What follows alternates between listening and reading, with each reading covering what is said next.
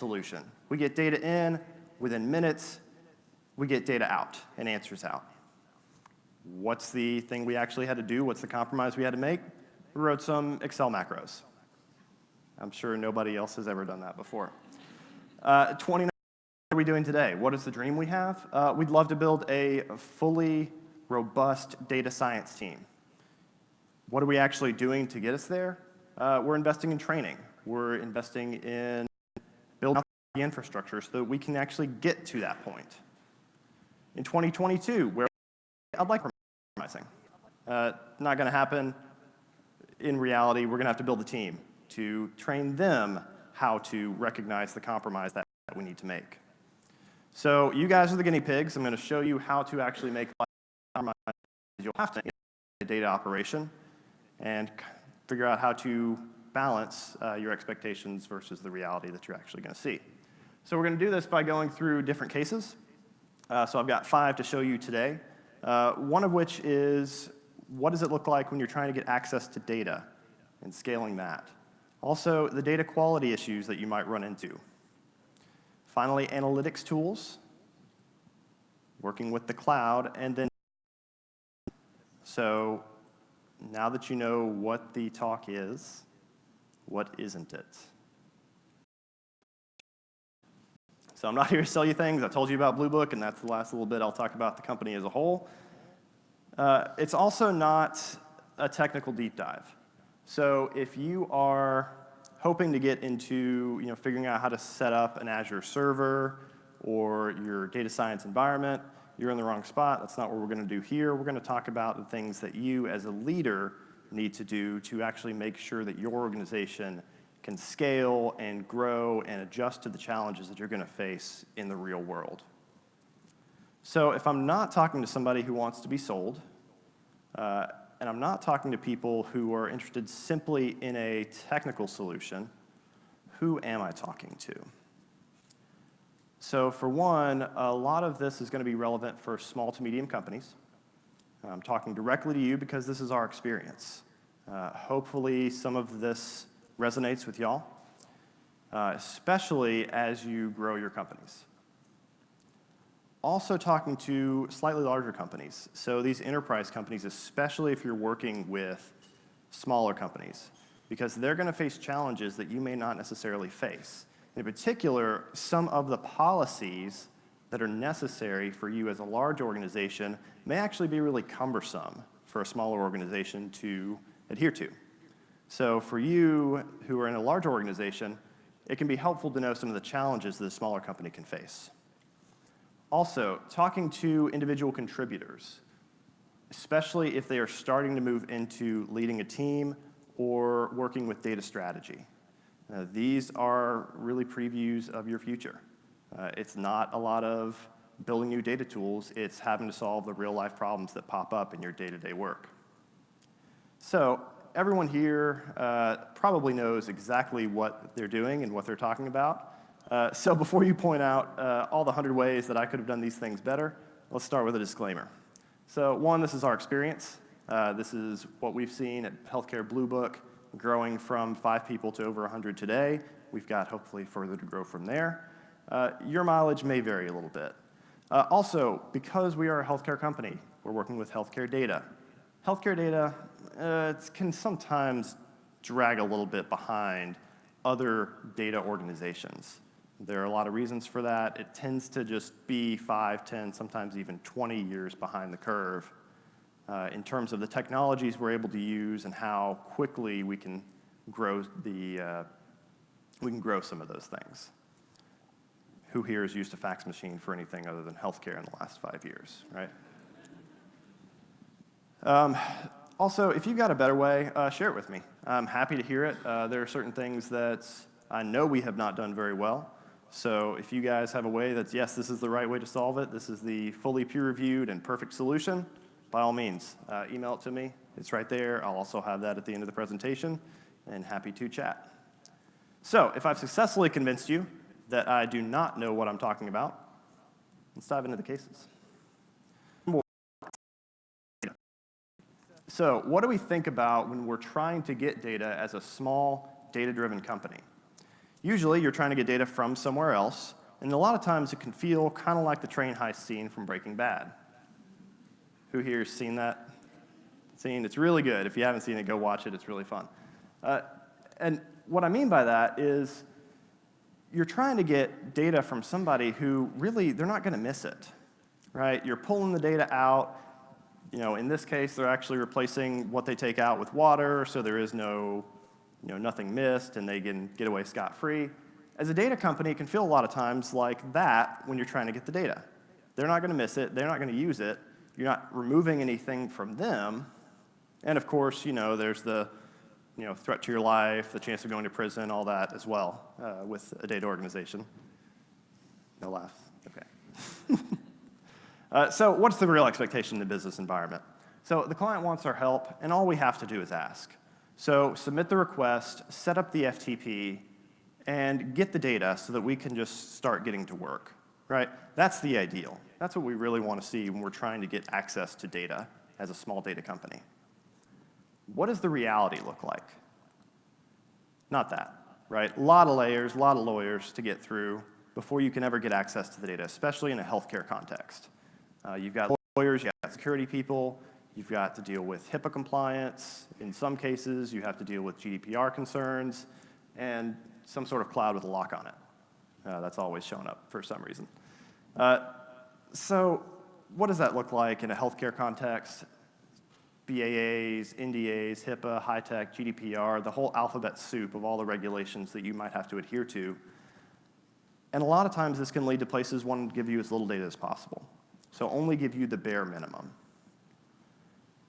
What you have to do is essentially work through a second sales process as someone in data operations. So you've already sold the company that you're trying to get the data from, but now you have to sell the security people, now you have to sell the lawyers to actually make sure you can get the data that you want and that you need. So what's our experience with this? So Healthcare Blue Book, we work with practically the definition of PHI, medical claims data. The way we work with our clients is most of our clients are typically large, self-insured employers. And when they do this, they pay for all the medical expenses for their members. They do not actually operate this plan. They farm it out to a third party that has the expertise to make sure that payments are getting to the right place and they have the right contracts and networks negotiated with providers. So what does that mean for the data? It means it's actually held by a third party. So we've gone through and we've sold a company on what we can do for them, and then we have to go through a second sales process to actually get this data from this third-party company. Now, this third-party company, they own this data. They think some of it is theirs, and it's a tough issue to get through sometimes, right? It's not always clear which fields each party owns. So we have an issue, right? We want as many fields from this data set as we can get, especially the ones that are critical for our process. And now we've got to work with the vendors to actually make sure that we can get the data we really need. So how do we actually make it work? First, and probably the most important thing, is you have to have a really great relationship with your client. You've got to have somebody on your side. You've got to have somebody who's going to go and crack heads together when somebody just wants to delay and defer and deny, who will actually move things forward for you. And that starts with the relationship.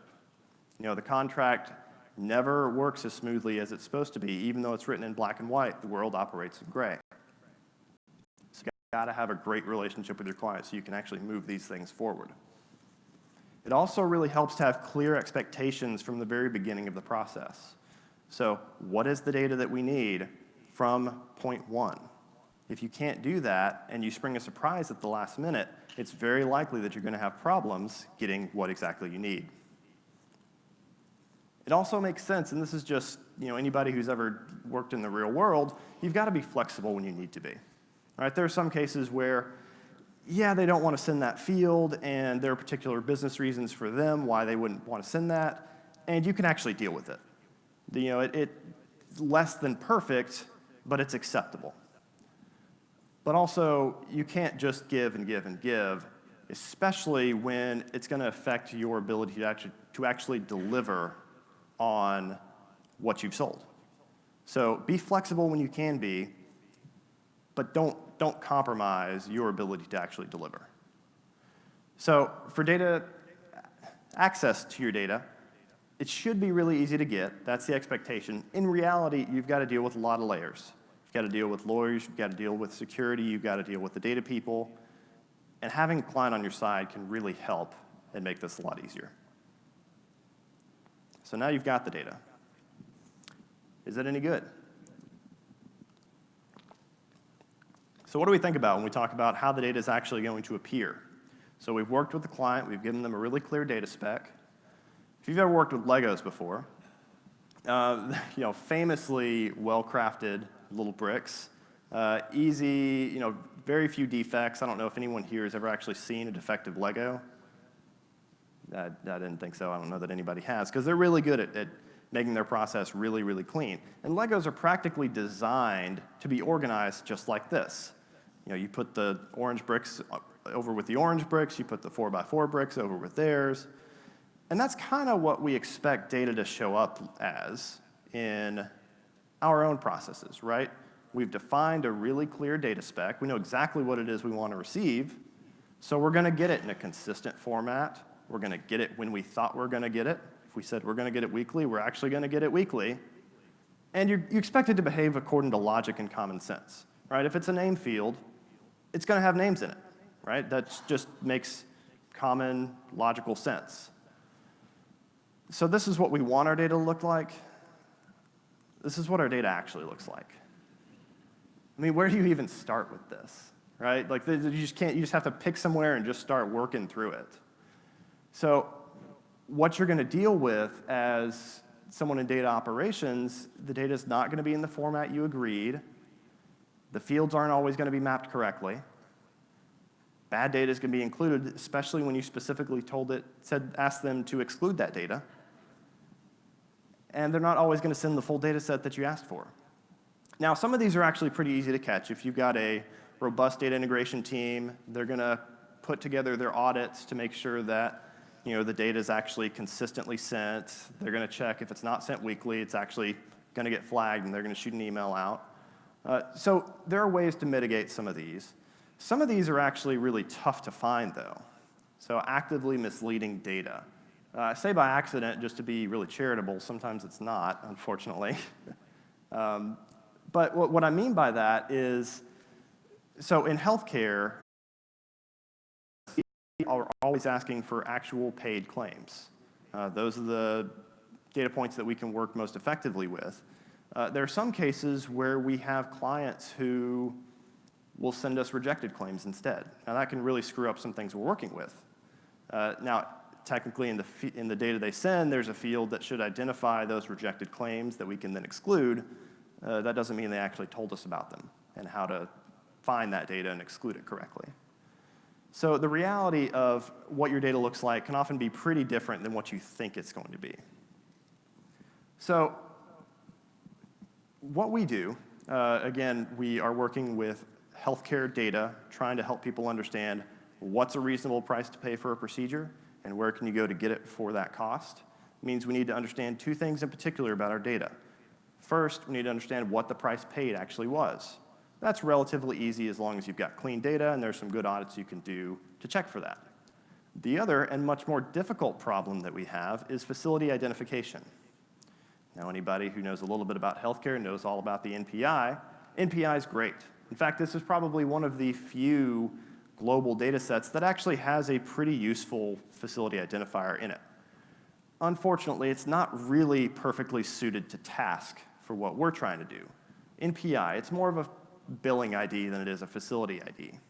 In a lot of cases, that can work pretty well. But when you're trying to tell people you should go here, that can be kind of difficult. For example, multiple facilities can share one NPI. So just because you see an NPI bill doesn't necessarily mean you know exactly which facility somebody went to. On the flip side of that, you can actually have one facility that will use multiple NPIs. So just because you don't see a particular NPI doesn't necessarily mean that you did not see that facility. So what we found is we can't really rely on any single field, right? This is even knowing, even when we do get the NPI and even when it is correct, we have cases where we'll actually get just bad data, period. We'll get the NPI for the physician who performed a procedure rather than the NPI for the actual facility itself. So the way this shapes up in our data is we've got a pretty big data quality issue on our hands where we have 4,000 different ways that we may see a local hospital show up in our data. And I think I pulled this number maybe a month or two ago, so I know it's higher today. So how do we solve this? Right, this is just one hospital. We've got 5,000 hospitals in the United States, plus hundreds of thousands of other healthcare facilities that we need to be able to measure. So what are we doing to actually make this work? I love this rule of 80. Those of you who are a little more statistically inclined probably know it as Paretos Law. Rule of 80 is a little bit easier to remember sometimes, 80-20. So how do you actually, what does this actually mean for you? It means 80% of your time, you're going to be cleaning data, right? We're not just going to be able to put one single algorithm to work and it's going to work perfectly the very first time we do it. We're going to have to clean data. 80% of our data can actually be cleaned up through some sort of algorithmically driven process into a usable state. 20% probably can't. Either it is not usable, period, or it's going to take so much manual work that you really need to start weighing the cost and benefits of actually doing that cleaning for it. And then 80% of your errors, if you have bad results in any models you're running, there's a really good chance it's just due to bad data, especially when you're dealing with healthcare data. It is notoriously rough to deal with. The other thing to think about as it relates to data quality is you always have to make sure that your data is actually what they said it was going to be. Just because they say it's going to look like X doesn't mean it'll look like X. So when you get the data in, trust that it's right, but verify that it is what you need it to be. And the other part of this is don't just do it the first time, right? Cars need maintenance. You don't just check your car the very first time you buy it and then assume it's good for the next 100,000 miles. You need to be giving it preventative maintenance over time to make sure that it will continue to run and do the things that you need. Same thing with the data relationship. You need to keep running your audits against that data, making sure that it's not suddenly dropping fields that you expected to have, and take a look at it every once in a while. Pop the hood. Look at the actual data that you're getting to make sure it is what you expected. Because a lot of times things don't get caught in audits that actually have substantially changed and can really impact what you're trying to do with this data. So if you're working with data quality, you always want to make sure that, that you know what the data looks like and that you're looking into it consistently. So you've got your data. It looks good. Now what do you do with it? Right? We want to use our tools to actually analyze this data. You have a question? So regarding data quality, there is one point like trust but verify. I have also worked with the physician data and the patient data. Mm-hmm. Always not so clean. So how do you really verify it? I mean, against the field, or what are the techniques you employ to verify it? So what techniques do we use to verify our physician and facility data? So we do a couple different things. We'll match it against other similar data sets. We'll look at previous patterns within that data to see if it makes sense. Those are probably two of the big ones, I would say. I mean, it goes so deep, and it always depends on the different data you get. So there is no one size fits all, but I'd say those are probably two of the first ones we'll start with. So analytics tools. So we've got our data in. It looks pretty good. Now we need to do something with it. So for most of us, if you're analytically inclined in any way, you really like using cool tools. You want to do the best things. And this is what we kind of expect the tool sets that we're going to use to look like, right? They look better. They're going to help us get to really cool insights. I think in this, predicting future crimes. Like that's pretty awesome. And then, they're just pretty cool. Like it's fun to use. So when we're talking about the analytics tools we're using, the expectation is that we're going to be on the cutting edge. We're going to move fast. We're going to break things. If we have better tools, we're going to be able to do better work. And if there's anything new that comes out, it's probably worth doing because it exists to solve problems we had before, so it can solve those problems better. That's the expectation. What's the reality we actually deal with as somebody who's working with data? Fortran, Excel, Clippy. Fortran was once really cool. It was once brand new, cutting edge. Those tools eventually do get old and get replaced. Yet Fortran is still in use. Right? There are still experts out there today who use this on a day-to-day basis. Excel. I think everybody in here would probably admit they use Excel a lot more often than they think they should. I mean, raise your hand if you use Excel more than you think you should. Yeah, exactly, right? That's everybody. And then sometimes you'll have new tools that show up that are actually a really good idea. They're just ahead of their time, right? Clippy, there's nothing wrong with the idea of Clippy. It's a digital assistant. Plenty of us have Alexa, or we use Siri, to help us, talk with our computers. That's basically what Clippy was. It's just 20 years way too early. So the reality of the analytics tools you're going to be using is that just because you have a cooler tool, it doesn't necessarily mean you're going to do better work. Now, it can support better work, and at best that's what it should do, but it doesn't equal better work. Right? Just because you have the newest, latest, greatest tool doesn't mean it's going to make your work any better. So we're going to talk about Excel a little bit. Excel, it's basically a Swiss Army knife. So there's some good to that, and there's some bad to that. One, a Swiss Army knife can really do just about everything, right? You can use it to cut things. You can use it to open cans. You can use it for, to turn screws. It works okay at a lot of things, but it's rarely the tool that you actually want to use. It's rarely ideal. If you could design a tool that was specifically solving the one problem you're trying to solve, the Swiss Army knife probably is not that one tool. But it's there. And boy, is Excel there. So think about Excel as a Swiss Army knife. It's really good if it's there and you don't need to go design something from scratch, from the ground up, to go solve the problem. Sometimes being there is a really, really powerful thing. It's really helpful. It's there. It can do almost everything. Probably not going to do that perfectly, but it can do it. The other thing to think about when talking about new tools, and none of these are deal breakers, but they're just things you need to consider as a leader in the space, whether or not you're going to spend the time and spend the money and spend the effort to actually convert to anything new. You should probably think about what the switching cost is, especially in terms of time. A lot of times it may be worth it. Sometimes it's not. You may not get the benefit that you're hoping to out of it based on the amount of time that you're planning on investing. You should also consider the chance of failure. You might not actually get better results than you think you will. A lot of times you will, but you need to consider it. And then lastly, think about the long-term support of this new tool. So there are plenty of examples out there of tools that started out really hot, and then 2 or 3 years later, they're not getting updated, or everybody's moved over to another thing. And if you've spent months or a lot of man-hours switching to it, investing your whole organization in it, that can kind of be a blow, especially when you're trying to do the next tool and convince your bosses that you need to pay money for this, when last time, well, why didn't we just do this 2 or 3 years ago? So I want to talk a little bit more about long-term support and how that can impact and how it's impacted us in the past on changes that happened over time.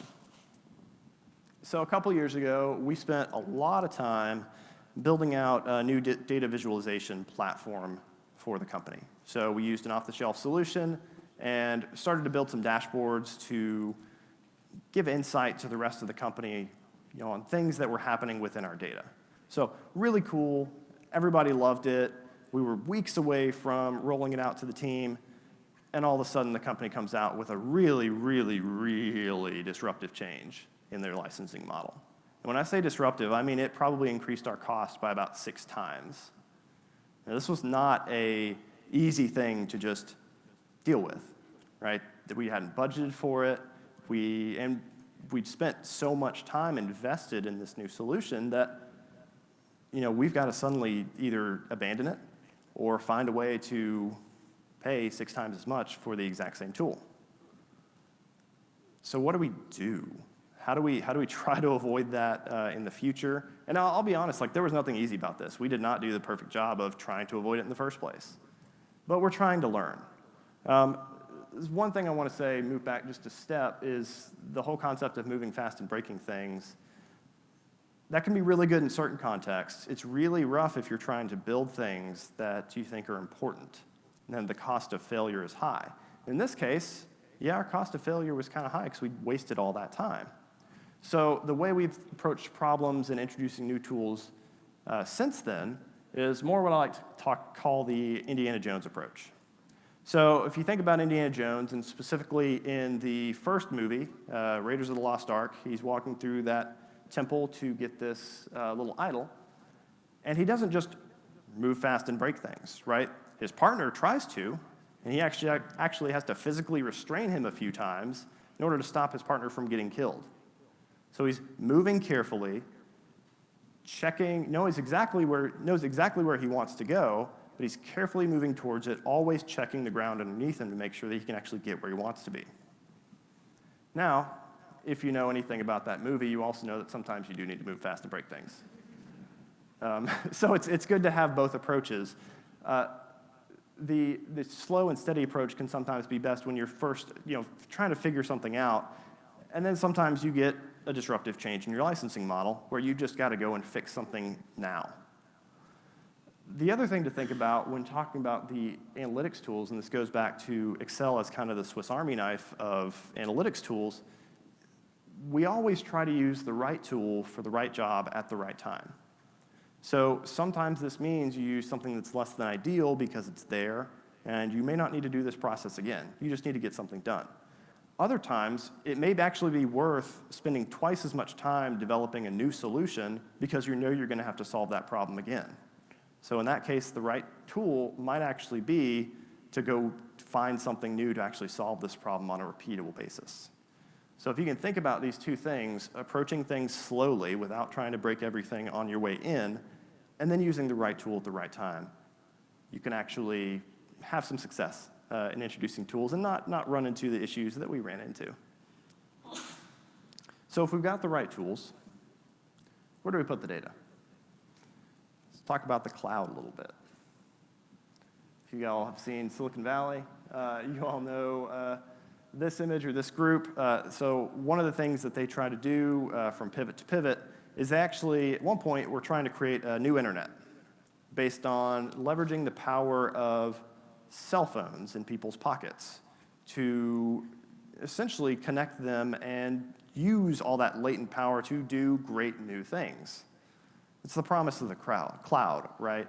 It's really cheap.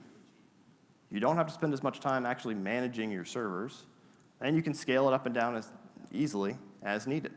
So it makes sense. You can convince your boss, let's move over to this. This is, no downsides. And then for you, you get the benefit. You get more power when you need it, and you get better tools to work with.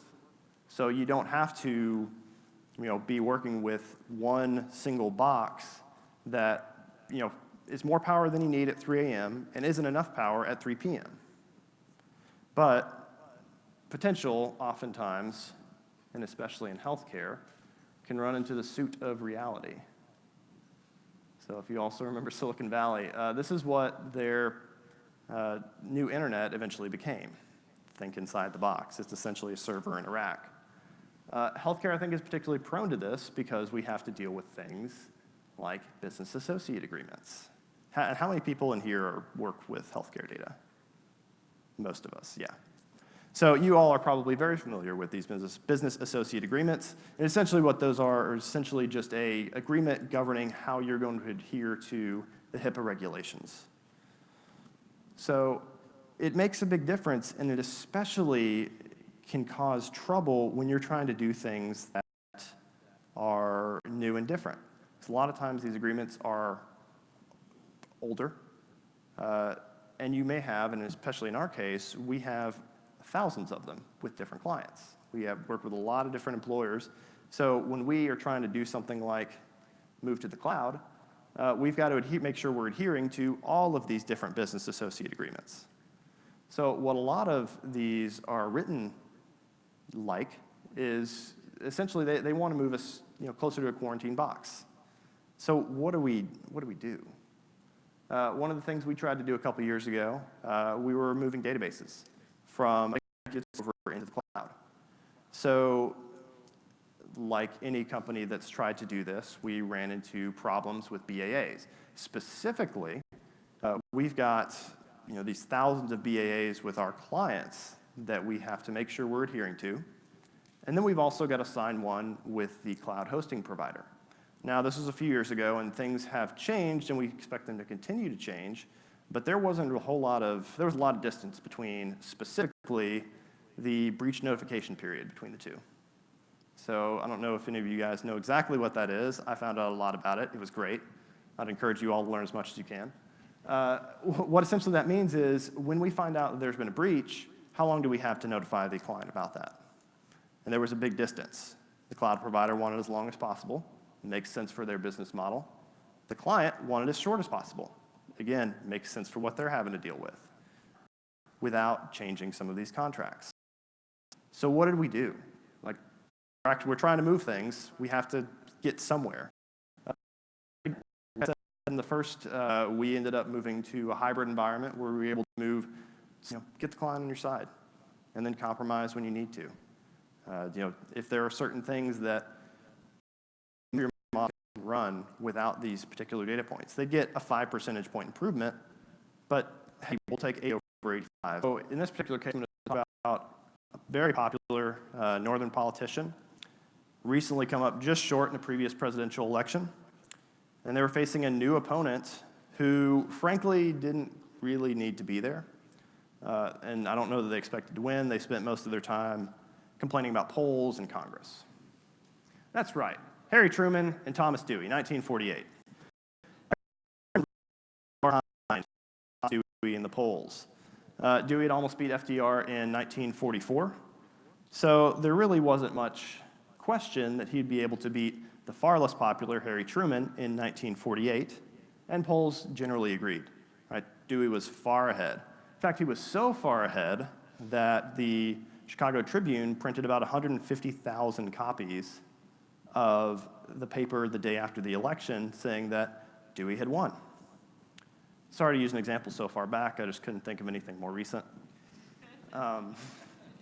So the expectation with data science, you expect you're going to get accurate predictions based on data we've already got, right? We see the data.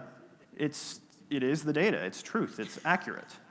And then we can do something based on it, right? It's good, it's easy, and it's usable. Unfortunately, the devil is always in the details when you're trying to predict things. And here is one of the copies of the Chicago Tribune the day after the election, and that is not Thomas Dewey. And why does Harry Truman have a smile on his face? It's because he actually won the election. Always be careful. Data. The data is reality. A lot of times, you've got external influences that are not in your data. In this case, the polls didn't actually reflect voting patterns and voting intentions. That's a pretty big miss on the part of the data. But it was still there. That was all they had to work with. Always keep in mind when you're working with data that data is not in and of itself reality. Data is just a picture of reality. A lot of times it can be a pretty close picture, but it is not the actual truth. The truth is out there in the real world. So I'll give you an example. We had a couple years ago, we had a client who we had had some data issues with in the past, and then one month we see that there was a significant drop in the volume of their data that we had. And it was so significant, we were pretty sure, and especially given the history of this client, that they did something wrong, they screwed something up, so we've got to go and we put on our mean hats and we're going to go yell at them about, okay, why didn't you send us all the data that we needed? So we're not ready to get on it. And somebody asked the question of, well, where is this client located? Where are most of their people? Well, I think they're in maybe the panhandle of Florida. I think that's where most of their people are. Wasn't there a hurricane there last year? Yeah, there was. Was it the same month we're missing our data? Yeah, it was.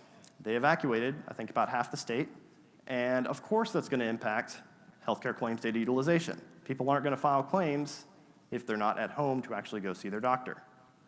So just because our data said that there was less data there, we had a model that said, hey, there's something wrong here. There's not all the data that we would normally expect is here. There's an external influence that there's no possible way you can capture that in the data. Right? A hurricane coming in and stopping people from being at home for weeks at a time. How do you catch that? There's no possible way. So data is a picture of reality. It is not the full picture. Also, it's worth thinking about the accuracy, and specifically with any models that you're running. Just because it's 99% accurate, and I see this all the time, people say, well, it's 99% accurate, therefore it's correct. That doesn't actually mean it's going to be correct when you roll it out to a broader data set. So just because it's accurate in your test set doesn't actually mean that it's going to give you the right results when you try to put it in production. So what's our experience with this? So again, working with medical claims data, and what we do could very easily be considered big data, but despite the fact that there's a lot of it there, it actually gets pretty shallow when you start looking into some of the things that we look into. So we're looking for infrequent procedures across thousands, in some cases millions, of different providers. So even with billions of lines of claims data, you actually will see yourself sometimes having single digits or dozens, or maybe in a best case, hundreds of observations for one of these single events at a specific provider. So what do we have to do as a company? We need to use the data we have to predict the data we don't.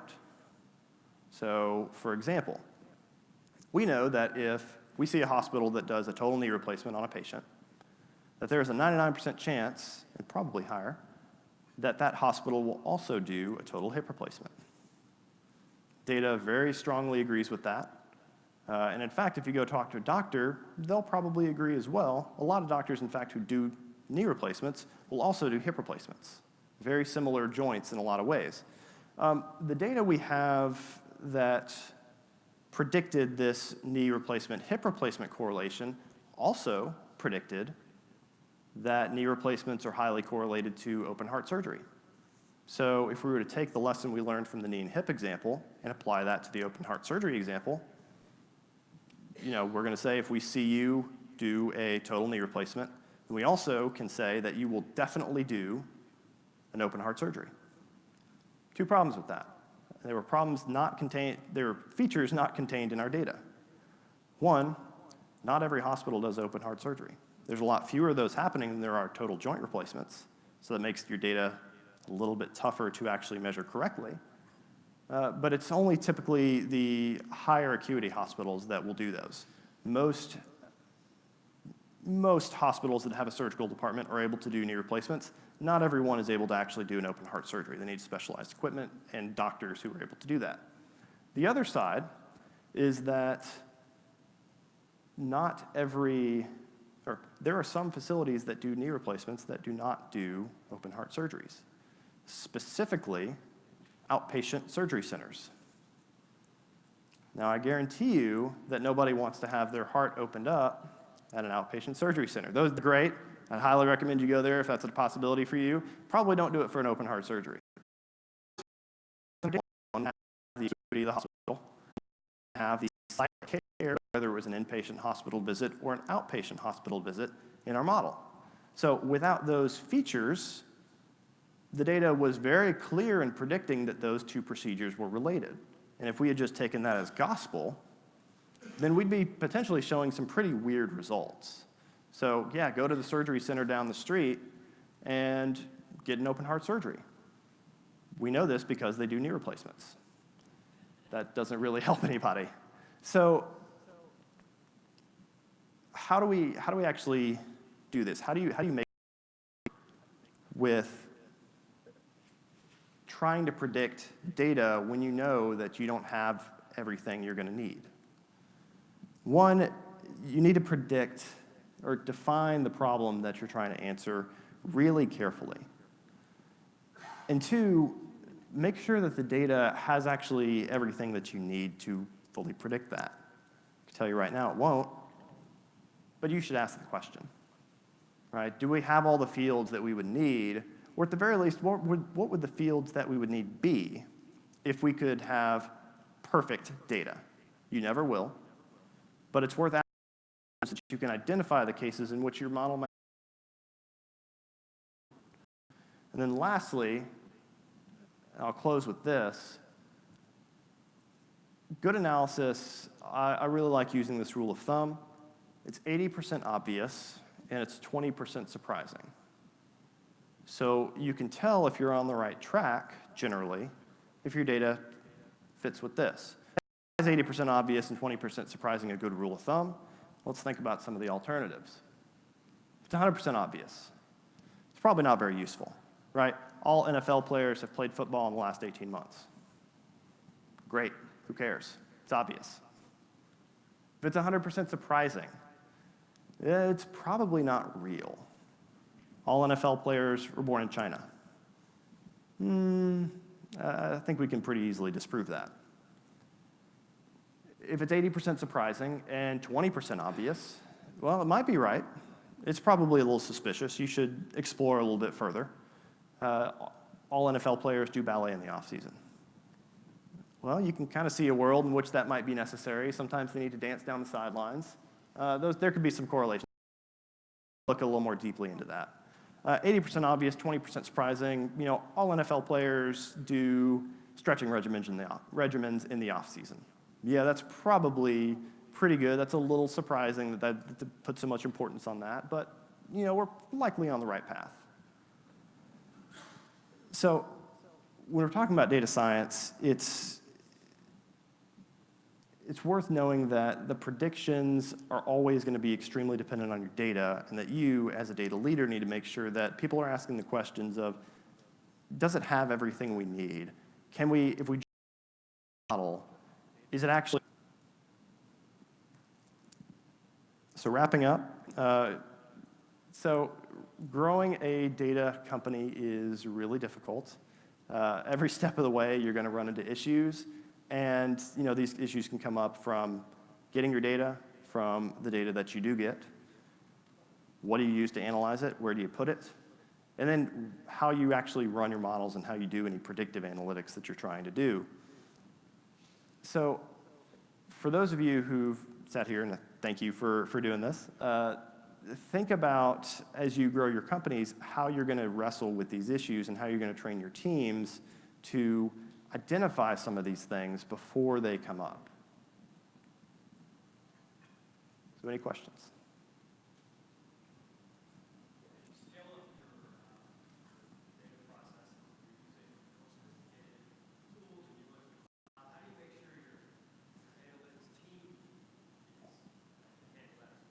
Yeah, so the question is, how do you make sure your analytics team can actually grow and scale with the organization as a whole? Really good question and really, really important. There's a couple things we do. One, you've got to make sure that the team is not just given the ability to learn, but also specifically pushed to learn. And some of this comes from, you know, actual education, you know, running them through classes or doing them within your group. But it also comes with giving them ownership of helping to implement some of these processes. That can go oftentimes a longer way to actually showing people how to use this process if they've had to implement it themselves. Education's a really big thing. One of the things we try to do constantly with our analysts is help them grow their skill sets. And the only way to do that is actually, you know, grow and push your boundaries. Yeah. What percent of the time do you allocate for the analysts or scientists to propose? So it can depend, depending on what we're doing in any given week or month or quarter. Ideal world is probably somewhere between 10 and 20%. Now there's some mix where there's actually a business case for them to build a new process. So that can get a little bit fuzzy when maybe there's some learning also taking place inside real business needs. But somewhere between 10 and 20% is a goal. Sometimes we get below. It's hard to go a whole lot above that. But that really equates to about 1 day every 2 weeks. Rarely. Technical. It's about setting the right direction. That's great. That's often a really difficult issue. Makes things extremely dry, and especially when you're talking in legalese, hard to get across, hard to connect with someone. So having the human conversations, phone is better than email, in person is much better than phone. Have those as often as possible, especially when you're dealing with some of these difficult issues. Then lastly, good analysis. It should be about 80% obvious, 20% surprising. So if you want, you can contact me, email me, tweet me, LinkedIn me, or you can read my blog, Hottest Technology from 2005, michaeltaylor.com. Thank you, guys.